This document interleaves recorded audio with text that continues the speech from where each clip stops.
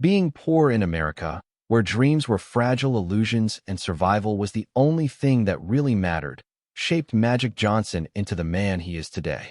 He didn't start his life in a flashy city or with a loud crowd. Instead, every breath he took was shaped by the quiet, crushing weight of struggle. Long before everyone knew his name, before arenas were filled with chants and cameras followed his every move, he was just Earvin Johnson Jr., a young boy from Lansing, Michigan, who grew up in a home with 10 siblings who shared space and food, and where every day felt like a test of endurance. Earvin Sr., his father, worked nonstop at a General Motors plant until his hands were worn and scarred from hard work.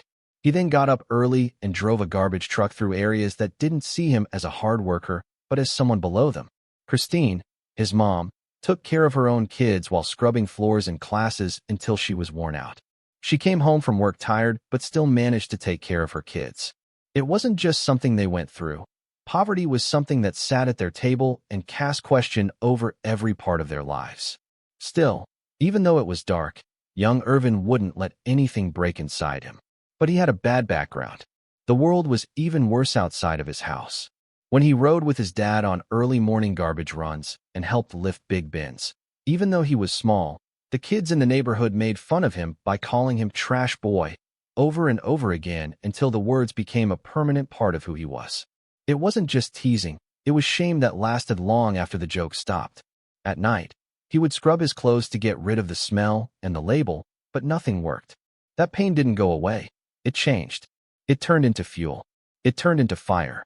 It turned into a promise that he would get through it all one day. Going to school didn't help right away. In 1971, when Lansing schools were becoming more integrated, Earvin was sent to Everett High School, where he had to deal with racism, being alone, and being turned down. People on his team wouldn't pass him the ball, and when he walked into a room, people stopped talking. The message was clear: you don't belong here. As a teenager, that kind of humiliation could have killed him, but it woke up something stronger instead. In the cold Michigan air, he would practice every morning before the sun came up, while everyone else was sleeping in the city. He would walk on empty fields and hold a basketball with his frozen hands. There weren't any groups, cheers, or awards. It was just him, the ball, and an unquenchable hunger. Every dribble was filled with anger. It hurt with every shot. There was hope in every pass. And slowly, something very strange started to form. Then something happened that made everything different. People had to pay attention when he scored 36 points, grabbed 18 rebounds, and handed out 16 assists in a high school game that seemed almost mythical at the time. He was only 15 years old. A reporter in the area was so shocked by what he saw that he called him Magic. That one word would always be with him. It seemed like a name made for someone else at first because it was too heavy and unrealistic. His mother even told him not to do it, saying that only God can do magic. But fate had already picked him. After that, Earvin Johnson changed his name to Magic Johnson. In 1979, he was the best college basketball player ever, and the Los Angeles Lakers picked him with the first pick in the NBA draft. For a boy who used to have trouble paying for simple things, the change was hard to imagine.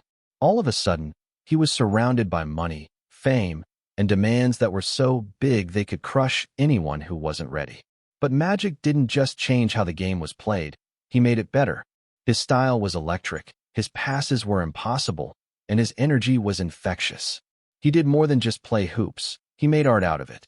Things got exciting for the Lakers, and Magic became their soul.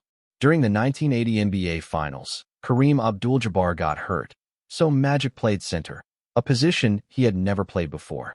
He had one of the best games in basketball history, with 42 points, 15 rebounds, and 7 assists. It wasn't just a win, it was a statement, a comment that put him at the top of the hierarchy.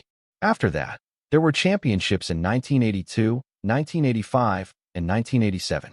Fame grew. There was money going around. Lots of endorsements came in. As seen from the outside, it looked great. But things were much more complex behind the scenes.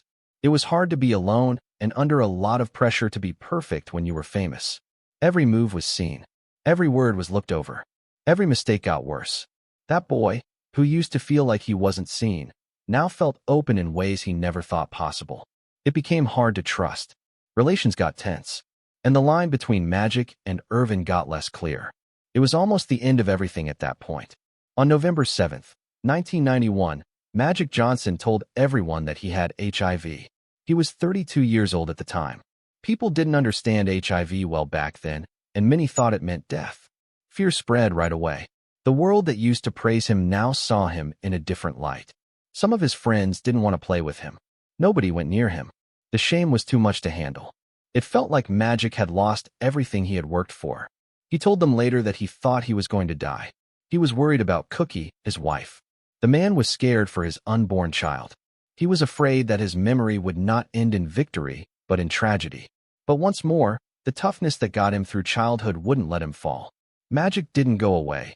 Instead, she decided to fight. He learned on his own. He promised to go to treatment. Suddenly, he was one of the most well-known people in the world speaking out against HIV. What could have been the end of his story turned out to be the start of something new. He went from being a basketball legend to a business giant over time. He put money into houses, movie theaters, and big businesses, and now his company is worth more than $1 billion. He became a sign of both success and starting over. For all the good things he had done, life kept testing him. He lost good friends. People in his family died. He had sad times that no amount of success could shield him from. Still, he stood there through it all. These days, Magic Johnson is known for more than just his records and championships. People remember him for something much more important: how he was able to live, change, and get back up after life tried to break him many times. It's not just about basketball in his story. It's about being strong. It's about having guts. It's about how powerful it is to keep going even when the odds are against you. Magic Johnson went from being called Trash Boy as a child to becoming a global icon, and from a terrible diagnosis to a life with meaning and effect.